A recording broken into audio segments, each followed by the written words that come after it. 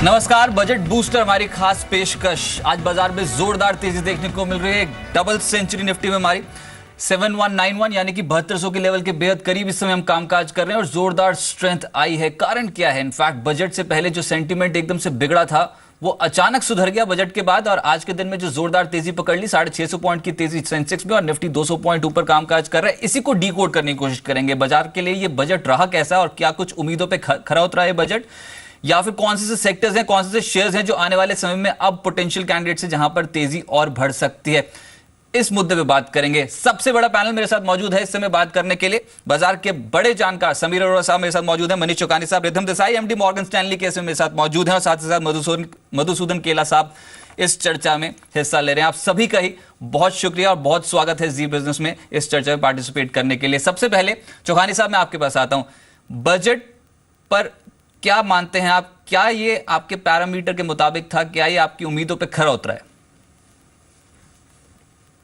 यही धारणा रहती है कि सरकार कुछ नए रकम से कोई ड्रीम बजट पेश किया जाए, और उस मायने में तो खैर आजकल बजट बिकॉज ऑफ पार्लियामेंट के सेटअप के लिए कोई भी बहुत इंपॉर्टेंट अनाउंसमेंट आते नहीं हैं बजट में। और जो मार्केट बजट के ऊपर ध्यान रखते हैं, इसी पे ध्यान रखते हैं कि क्या ये फिस्कल डेफिसिट नंबर क्वालिटेटिवली सही रकम से मीट होगी, यानी कि कैपिटल एक्सपेंडिचर और सब काट के नहीं मीट करें, मगर सही एक्सपेंडिचर करके मीट करें, बहुत ज़्यादा टैक्स नहीं बढ़ाएं, क्योंकि अल्टीमेटली जो इम्पैक्ट फिस्कल डेफिसिट का होता है वो बोरोइंग मार्केट में नज़र आता है कि गवर्नमेंट आके जो भी डिपॉजिट्स हैं बैंकिंग से क्षेत्र के उनको उठा लेता है गवर्नमेंट, और उसका असर ये होता है कि इंटरेस्ट रेट बढ़ते हैं। तो जब फिस्कल डेफिसिट कंप्रेस होके कम होता है तो जो एक्सेस कैपेसिटी है इकोनॉमी वो प्राइवेट सेक्टर के हाथों में रह जाती है और इंटरेस्ट रेट कम होते हैं। तो ये बजट का सबसे बिगेस्ट टेक अवे यही रहेगा कि गवर्नमेंट ने अपने बुक्स ऑफ अकाउंट्स को टाइट किया है और प्राइवेट सेक्टर के हाथ में थोड़ा और पैसा छोड़ा है, और इंटरेस्ट रेट घटने की काफी अच्छी संभावना है। राइट, इसी मुद्दे पे आज यही एक ट्रिगर लग रहा है कि बाजार को बढ़ा रहा है कि इंटरेस्ट रेट घटने की संभावना है क्या। और चौकानी साहब यही प्रश्न होगा मेरा आपसे, क्या वित्त मंत्री के पाले में, इनफैक्ट उन्होंने क्या पाला अब रिजर्व बैंक के पाले में गेल डाल दी, और क्या मानते हैं कि यहां पर क्या ब्याज दरों में कटौती की संभावना बहुत ज्यादा है? कब तक हो सकती है ब्याज दरों में कटौती? जो कहें भारत का दुर्भाग्य है कि जो सबसे दो इम्पोर्टेंट सिल्वर बुलेट्स हैं कोई भी फाइनेंस मिनिस्टर के पास, वो आज इन सम सेंस सस्पेंडेड हैं, क्योंकि पॉलिटिकल विल नहीं है या पॉलिटिकल सीट्स नहीं है इनके पास, स्पेशली राज्यसभा में। और सबसे दो जो मैं बात कर रहा हूँ, एक है जीएसटी और दूसरा है प्राइवेटाइजेशन का। ये दो चीज़ होने से गवर्नमेंट की बैलेंस शीट स्पेक्टेकुलरली चेंज हो सकती है। और मैं उदाहरण दूंगा कि अगर जीएसटी आता है तो आप समझिए आज सारे हिंदुस्तान में 2% इनकम टैक्स कलेक्शन है सारे देश को मिला के, 2% ऑफ जीडीपी जी, जबकि हमें पता है कि 30% हमारी सेविंग रेट है। उस पर अगर 20-25% टैक्स भी अगर लोग भरें तो वो 5% ऑफ जीडीपी होता है, तो almost double income tax base हो सकता है। सर्विस टैक्स पे अगर आप ध्यान दें तो 65% ऑफ जीडीपी सर्विस इकोनॉमी है, उस पर 15% अगर टैक्स लगे तो 10% ऑफ जीएसटी 10% ऑफ जीडीपी केवल सर्विस टैक्स से मिल सकती है, जो कि आज 1.5% है, यानी 6 गुना टैक्स इंक्रीज हो सकता है वहां से। तो रेवेन्यू साइड में बहुत स्लिपेज है, और जो टैक्स वाइडनिंग की बात की जाती है 25 सालों से, वो जीएसटी ही एक ऐसा टैक्सेशन सिस्टम है जो कि पूरा वैल्यू चेन को पकड़ के लेवल प्लेइंग फील्ड सबके लिए करके सिंपल टैक्सेशन करके अपने देश को ट्रूली एक देश बनाएगा। तो वो हम सब जानते हैं कि राज्यसभा में पॉलिटिकल रीजन के लिए अटका हुआ है। राइट, लेकिन 700 पॉइंट्स की तेजी सेंसेक्स पे और निफ्टी पे 212 अंकों की मजबूती के साथ कामकाज हो रहा है। मधुसूदन केला साहब मैं आप ही के पास आता हूं। ये बजट तो अब निकल गया, इट्स अ पास्ट इवेंट, लेकिन अब बाजार के पास अगला बड़ा ट्रिगर क्या है? क्यों इतनी ज्यादा तेजी देखने को मिल रही है सर? मुझे लगता है मार्केट की बागडोर अभी 3 चीजों के ऊपर है। एक तो आरबीआई कैसे रिएक्ट करता है, और अगर रेट कट आता है तो कितना आता है, और क्या उनकी टोन होती है, क्योंकि सरकार को जो करना था सरकार ने कर दिया। अब it is the turn off the RBI.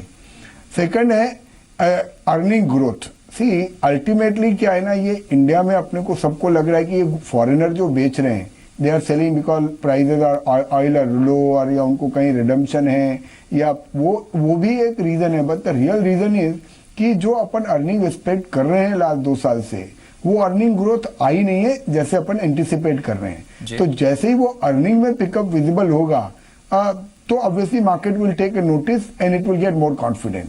तीसरा मुझे लगता है जो सबसे बड़ा इंपॉर्टेंट चीज है ना, जो फॉरेनर्स का भी कैसा रुख बैठता है, क्योंकि ultimately in the short term it is all about liquidity and foreigners have been selling relentlessly for the last 5-6 months। मतलब 50-60 हजार करोड़ का माल उन्होंने बेच दिया फ्रॉम अगस्त। तो ये 3 चीजें अपने को बहुत क्लोजली मॉनिटर करनी पड़ेगी। और मुझे लगता है जहां जहां पे अपने को अर्निंग्स के ऊपर कॉन्फिडेंस है कि ये कंपनियों की अर्निंग अच्छी आएगी, वहां पे डेफिनेटली इन स्तरों पे शेयर लेने चाहिए। लेकिन सर, जो आपने पहली बात की कि सरकार ने अपना काम कर दिया है और अब रिजर्व बैंक ऑफ इंडिया को काम करना है। देखिए, अब इन्फ्लेशन काफी कंट्रोलेबल सिचुएशन में और फिस्कल डेफिसिट का टारगेट सरकार ने बढ़ाया नहीं है, तो क्या आप मानते हैं कि आरबीआई के पास ये बहुत बेहतरीन मौका है रेट कटौती करने का? हाँ, आप वो बोल सकते हो मिहिर कि अब ये तो प्रिसाइज पिन पॉइंट कर पाना बहुत टफ है जी। हो सकता है मार्केट थोड़ा टाइम निकालेगा, पर ये 3 बार जिस हिसाब से टेस्ट करके और आज जो मार्केट का कलर है वैसा लगता तो है कि एक बार ही हो सकता है इंटरमीडिएट बॉटम मार्केट ने बना लिया है। दूसरा, ये आरबीआई का रेट कट का मुझे तो काफी कॉन्फिडेंस है, क्योंकि अब सिर्फ एक ही चीज रह गई है, वो मानसून है। और monsoon also is now looks more favourable, because इस बार जो इनिशियल जो एल नीनो का इम्पैक्ट है, वो बोल रहे हैं एल नीनो नहीं है इस बार एंड ला नीनो है इस बार मानसून के लिए, तो वो भी फेवरेबल होना चाहिए। तो इन दिस कंडीशंस आरबीआई को रेट नहीं काटने का अब कोई बड़ा रीजन नहीं बचा है। And India is the only market in the world where interest rates are still going up rather than going down. So मुझे काफी उम्मीद है, अब ये आज करे या एक हफ्ते में करे ये बोलना बहुत मुश्किल है, पर मुझे उम्मीद है कि रेट कट तो आना चाहिए। राइट, डिकोड कर रहे हैं इस बजट को और साथ ही साथ मार्केट्स पे इतनी तेजी क्या उसके पीछे कारण जानने की कोशिश कर रहे हैं, लेकिन जोरदार स्ट्रेंथ में आ चुकी है। अब 700 पॉइंट्स की जोरदार तेजी सेंसेक्स पे देखने को मिल रही है। निफ्टी 200 अंकों से ज्यादा की तेजी के साथ 7200 के पार निकला है। स्ट्रॉन्ग स्ट्रेच है ITC, ICC bank, hero MotoCorp, Maruti Suzuki जैसे काउंटर्स पे। और इंडेक्स स्पेसिफिक जहां पर आज खरीदारी हो रही है वो है एफएमसीजी, ऑटो, आईटी, बैंकिंग और टेक। इन स्टॉक्स पे आज जोरदार ट्रेंड इमर्ज, अच्छी खासी खरीदारी होती हुई नजर आ रही है। इनफैक्ट इस समय जो तेजी बन रही है वो साफ तौर पर बैंकिंग, एफएमसीजी में आईटीसी और इसके अलावा ऑटो पैक में अच्छी तेजी का सपोर्ट मिल रहा है। एमएनएम ने गाड़ियों के दाम बढ़ाए हैं और अब यही एक ट्रिगर बचता था, क्योंकि जो सेस लगाया गया इंफ्रा सेस कंपनियों के ऊपर, खासतौर से डीजल गाड़ियों के ऊपर, उसके बाद कंपनियों की टिप्पणियां आनी शुरू हो गई थी, डीलर्स की तरफ से संकेत आने शुरू हो गए थे कि हो सकता है कि एकदम से प्राइसेस जो हैं वो बढ़ते हुए नजर आए। और अब ऐलान हो गया है, एमएनएम ने गाड़ियों के दाम बढ़ाए हैं और आज तेजी में मारुति सुजुकी। देखिए, तब है जब कहीं ना कहीं डिमांड साइड सिचुएशन बिगड़ती हुई नजर आती है, जब ऐसे कुछ सेस लग जाते हैं तो। लेकिन आज जिस तरीके की तेजी बनाई इन सभी स्टॉक्स ने, चाहे आप टाटा मोटर्स बात करें, एमएनएम बात करें, SML, Isuzu, Force Motors, Maruti Suzuki, इन सभी स्टॉक्स में आज जोरदार स्ट्रेंथ देखने को मिल रही है और जो रिटर्न्स हैं वो 4 से 6% के देखने को मिल रहे हैं। एक बार खबर में आपको दोबारा बता दूं कि एमएनएम ने अपनी गाड़ियों के दाम जो हैं वो बढ़ा दिए हैं और इस स्टॉक में आज पॉजिटिव रिएक्शन देखने को मिल रहा है। दिन के उच्चतम स्तर पर कामकाज कर रहा है। कल बजट में अनाउंसमेंट हुई थी कि यहां पर इंफ्रासेस लगेगा, खासतौर से जो 4 व्हीलर कंपनियां थी वहां पर उसका एक नेगेटिव रिएक्शन आया था, लेकिन आज निचले स्तरों से एकदम से खरीदारी जो है वो बनती हुई नजर आई। पवन गोयनका साहब ने इस जो बजट इवेंट निकला और जो वित्त मंत्री ने उसके बाद जो अनाउंसमेंट की थी उसके बाद क्या बताया उन्होंने जी बिजनेस को, आइए वो सुनते हैं पहले। जो एक 1%, 3%, 4% इंक्रीज जो हुआ है, ठीक है, उससे हो सकता है कि शायद कुछ हिस्सों में गाड़ियों की बिक्री की वॉल्यूम कम हो जाए, हो सकता है, लेकिन ओवरऑल जो इकोनॉमिक ग्रोथ इस बजट से आएगी जो रूरल सेक्टर में, जिसकी हमें सबसे ज़्यादा ज़रूरत थी अभी, वो काफ़ी पॉजिटिव है। तो मैं जो गाड़ियों की कीमत बढ़ेगी, हालांकि of course for auto industry वो सही चीज़ नहीं है, लेकिन मुझे एक बहुत छोटी मामूली बात नज़र आती है ओवरऑल जो बजट को अगर हम देखें तो। जहाँ तक मेरा सोचना है, सभी कंपनियाँ ये पास ऑन करेंगे कस्टमर्स को, हो सकता है पूरा ना करें, it will depend from company to company. अभी हम महिंद्रा की तरफ से एनालाइज कर रहे हैं and we will decide in 2-3 days कि what action we will be taking, but certainly it will be passed on. Right, it will be passed on, वो पास हो गया। आज कीमतें जो हैं वो बढ़ा दी हैं एमएनएम में। रिदम देसाई साहब मेरे साथ जुड़े हैं, एमडी मॉर्गन स्टैनली के। रिदम जी, आपसे यही सवाल होगा, देखिए बाजार पे इतनी ज़्यादा तेजी के पीछे आप कारण क्या समझते हैं और क्या यहाँ से और तेज हो सकते हैं? इस तेजी के पीछे वजह क्या समझते हैं आप?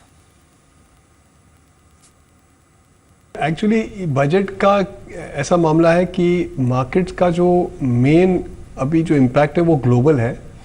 सो बजट तो मुझे लगा ठीक ठाक था। बजट में कुछ ऐसा खराब नहीं हुआ है जिसके कारण मार्केट को नुकसान पहुंचे। तो अब जो ग्लोबली जो हो रहा है उसका जोर ज़्यादा है, तो we are back to global cues. जैसे कल बजट आया उसके बाद हमने एक बैंकर्स पोल कराया रिधम जी, और उसके मुताबिक ज्यादातर जानकार मान रहे थे कि यहाँ पर आरबीआई के पास इस समय मौका है कि वो रेट कटौती कर दे। आप क्या मानते हैं? सो हमारा मानना ये है कि आरबीआई जब अप्रैल में उनकी जब मीटिंग होगी तब वो रेट कट कंसिडर करेंगे। अगर उन्होंने उसके पहले अगर इंटर मीटिंग रेट कट कर दिया तो मैं काफ़ी आश्चर्यचकित हो जाऊंगा। कोई मेरा मानना यह है कि कोई कारण नहीं है आरबीआई को आज और अप्रैल 5 तक मिलने का और रेट कट करने का। तो अगर उनको करना है तो अप्रैल 5 जब उनकी मीटिंग है तब वो करेंगे। मार्केट पे उसका असर ठीक ठाक रहेगा। इंडिया में 2013 सितंबर से जो मैक्रो स्टेबिलिटी में जो अंतर पड़ा है उसके दो कारण हैं। एक पहला ये कारण है कि सरकार ने फिस्कल डेफिसिट पे नज़र रख के उसको कम किया है, करीबन 250 बेसिस पॉइंट से कम किया है, 2.5% से कम किया है। और सेंट्रल बैंक रिजर्व बैंक ने रियल रेट्स को पॉजिटिव कर दिया है। तो ये दो चीज़ का असर हमारे इन्फ्लेशन पे पड़ा है, करंट अकाउंट पे पड़ा है और थोड़ा सा ग्रोथ पे भी असर पड़ा है। तो इन चीज़ों के कारण इंडिया ने सितंबर 2013 से काफ़ी बड़ा आउट परफॉर्मेंस दिया है इमर्जिंग मार्केट की तुलना में। तो ये आई थिंक ये जो रेट कट है वो इसी सिलसिले में एक ट्रेंड बना है कि रियल रेट्स पॉजिटिव है, थोड़ा सा रूम है आरबीआई के पास, तो वो रूम अप्रैल में एक्सरसाइज कर सकते हैं। लेकिन मुझे नहीं लगता है कि इंटर मीटिंग रेट कट होना चाहिए। अगर हुआ तो मैं काफ़ी आश्चर्यचकित होऊंगा। राइट लेकिन समीर जी मेरा प्रश्न आपसे होगा, देखिए बाजार को सपोर्ट तो मिला डेफिनेटली यहाँ पर बजट का, पर ग्लोबल संकेतों का अब आने वाले समय के लिए कितना एक डोमिनेंट फैक्टर रहेगा इंडियन मार्केट्स पे? तो सबसे बड़ा डिसअपॉइंटमेंट बजट का यही है कि अगर ग्लोबल मार्केट्स वीक रही तो हम उसको against may be out perform कर सकते हैं पहले, क्योंकि एक महीना बहुत ज्यादा अंडर परफॉर्म किया है, लेकिन आप उसके अगेंस्ट रिवर्स नहीं हो सकते। तो फॉरेनर्स की सेलिंग को अब हमें पता नहीं, बट अगर आप इमेजिन करें कि 2 रीजंस के लिए हुई थी लास्ट मंथ, एक जो उनको एक्चुअल प्रॉब्लम है रिडेम्पशंस अक्रॉस इमर्जिंग मार्केट्स, और दूसरा कि देयर वर फियर्स अबाउट कि बजट में कोई नेगेटिव ना हो। तो सेकंड पार्ट का तो एटलीस्ट नेगेटिव नहीं हुआ बजट में, इसलिए मुझे लगता है कि थोड़ा सा रिलेटिव कैचअप हो सकता है इन परफॉर्मेंस। ये भी हो सकता है कि ग्लोबल मार्केट्स गिरे और हम भी गिरे लेकिन कम गिरे। अगर ग्लोबल मार्केट्स बढ़े हम थोड़े ज्यादा बढ़ जाएं, लेकिन हमारी लाइफ चेंज हो गई बहुत ज्यादा, वो अभी नहीं हुई। लेकिन सर आरबीआई की रेट कटौती की उम्मीद बहुत स्ट्रांग होती चली जा रही है इसमें बाजार पे, और साथ ही साथ पीएसयू बैंकिंग स्टॉक्स, निजी क्षेत्र के बैंक जिनकी पिटाई हुई थी बजट से पहले, वही दौड़ने लग गए। क्या सरकारी बैंकों पे जो रिकैपिटलाइजेशन की बात है उससे कुछ रिलीफ मिला है? क्या दबाव खत्म होगा? डाउन साइड पता नहीं अभी, क्योंकि अभी आप हो सकता है कि 0.25% इंटरेस्ट रेट कट हो जाए, फिर 2% बढ़ जाए, बट आपने प्रॉब्लम सॉल्व कर दी 4 लोगों को ढूंढकर, नहीं वो नहीं हो सकती आसानी से। बैंकिंग बोर्ड में आपने 4 अपने बंदे, अपने मींस की डिस्टिंग्विश्ड पीपल, लेकिन ये ऐसे अगर 4 लोगों से सॉल्व हो रही होती मार्केट, तो फिर आपको पता है कि हमारे मिस्टर मोदी के आने के बाद एक्चुअली 2 सालों में कितना चेंज होना चाहिए था, हुआ है लेकिन कम हुआ है। बिकॉज ये चीजें इतना टाइम लेती हैं, ये चीजें इतनी लंबे रेंज की होती है कि आप ऐसे नहीं कर सकते हैं कि आपने नया बैंक बोर्ड चेयरमैन बना दिया, आपने बैंक बोर्ड चेयरमैन बना दिया तो अब वो स्टॉक ऊपर चलने लग जाएगा। ये हो सकता है कि अब आगे से वो नए गुफअप नहीं करेंगे, नई मिसलेंडिंग नहीं होगी, लेकिन पुरानी चीजों को सॉल्व करने में बहुत टाइम लगता है। तो same thing with India, mister Modi के आने के बाद आप कह सकते हो कि करप्शन कम हुई या थोड़ा गवर्नेंस इंप्रूव हुई, लेकिन जो पुराने एनपीएस थे, जो पुरानी प्रॉब्लम्स थी, वो सॉल्व करने में तो 5 साल लगेंगे। तो वही चीज हो रही है। The new person if is good, which I by the way, मैं तो मिस्टर विनोद राय का बड़ा फैन हूं, मैंने 2 बार उनकी बुक को ट्वीट किया रेकमेंड करने के लिए, मैंने उनका सिग्नेचर लिया, it's a great book. But what I am saying is वो पुरानी चीजें सॉल्व करने में बहुत टाइम लगेगा। नए आप कह सकते हो कि नए गूफअप्स कम होंगे, उसमें ज्यादा आप इंश्योर करोगे कि कोई फ्रॉड ना हो, कोई ये ना हो, कोई एवरग्रीनिंग ना हो, लेकिन ये बहुत लंबे खेल